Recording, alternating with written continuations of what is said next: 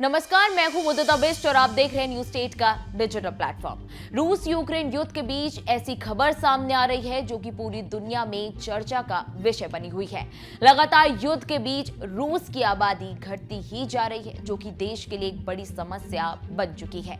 अब इस समस्या के समाधान को लेकर एक नया मंत्रालय बनाने पर विचार किया जा रहा है। इस मंत्रालय का नाम हो सकता है मिनिस्ट्री ऑफ सेक्स, यानी कि सेक्स मंत्रालय।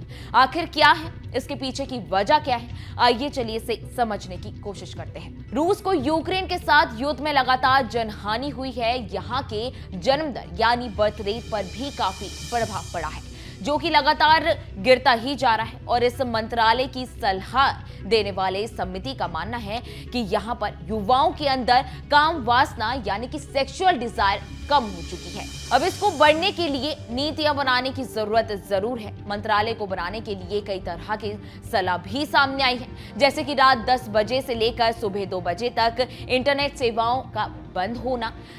ये इसलिए क्योंकि इस वक्त कपल एक दूसरे के साथ थोड़ा क्वालिटी टाइम स्पेंड कर सकते हैं, यानी क्वालिटी टाइम बिता सकते हैं। इसके अलावा प्रस्ताव में गृहिणियों को उनके घरेलू कामों के लिए वेतन देने तक की बात हुई है, जो कि उनकी पेंशन में गिना जाएगा। इसके अलावा पहली डेट के लिए सरकार 5,000 रूबल यानी लगभग 40 पाउंड की आर्थिक सहायता भी प्रदान कर सकती है, ताकि जोड़े अपने रिश्तों को आगे बढ़ाने के लिए प्रेरित हो सके।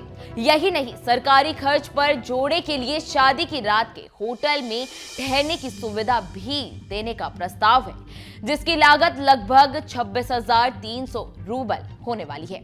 तो वहीं विभिन्न क्षेत्रों में भी पहले लोगों को बच्चे पैदा करने के लिए प्रोत्साहित कर चुके हैं। उनके लिए अलग अलग उपाय लागू किए जा चुके हैं। आइए चलिए जैसे आपको बताते हैं, चलिए अब इसमें पहली संतान के लिए ये राशि 8,500 पाउंड रह चुकी है। एक अन्य प्रस्ताव में शादी की रात कपल्स को होटल में ठहरने और साथ ही गर्भ धारण करने के लिए 26,300 रूबल देने का प्रस्ताव है। तो वहीं क्षेत्रीय स्वास्थ्य मंत्री का ये तक कहना है, याद कहिए कि ये सुझाव उन्होंने दिया है कि रूस के लोग काम के दौरान कॉफी और लंच ब्रेक का उपयोग भी प्रजनन के लिए कर सकते हैं। रूसी संसद फैमिली प्रोटेक्शन और मैटरनिटी चाइल्ड कमेटी की अध्यक्ष नीना ने भी इस मंत्रालय की मांग करने वाली याचिका की समीक्षा कर रही हैं। तो वहीं आपको बता दें कि मॉस्को में सरकारी अधिकारी महिलाओं के निजी जीवन की गहराई से जांच करने में जुटी हुई है। महिला पब्लिक सेक्टर कर्मचारियों को उनकी यौन और प्रजनन स्वास्थ्य से जुड़े कई ऐसे सवाल भी पूछ रही है, मतलब उनसे एक प्रश्नावली भी पूछी जा रही है। इस प्रश्नावली में गहरे व्यक्तिगत सवाल मौजूद हैं, जैसे कि आपने यौन सक्रियता कब शुरू की, क्या आप कॉन्डम या हार्मोनल गर्भ निरोधक का उपयोग करती हैं, क्या आपको संभोग के दौरान दर्द होता है, क्या आप बांझपन का सामना कर चुकी हैं या आपको कभी भी गर्भ धारण हुआ है, अगर है तो कब हुआ और कितनी बार हुआ, आपके कितने बच्चे हैं और क्या आप अगले साल में और बच्चे पैदा करने की योजना बना रही हैं कि नहीं। यहाँ तक कि जिन कर्मचारियों ने इन प्रणालियों को खाली छोड़ दिया, उन्हें डॉक्टर से मिलने के लिए भी बुलाया गया, जहां उनसे ये सवाल प्रत्येक रूप से पूछे गए। इन सभी योजनाओं और पहल के बावजूद जनसंख्या वृद्धि के लिए इस प्रकार के कदम उठाए जाने से देश में एक अलग प्रकार का सामाजिक और सांस्कृतिक विमर्श शुरू हो चुका है। क्या रूस में सेक्स मंत्रालय बनाकर जनसंख्या संकट का समाधान ढूंढा जा सकेगा, ये देखना अभी बाकी है, परंतु इतना तय है कि ये पहल पूरे विश्व में चर्चा का विषय बनी हुई है।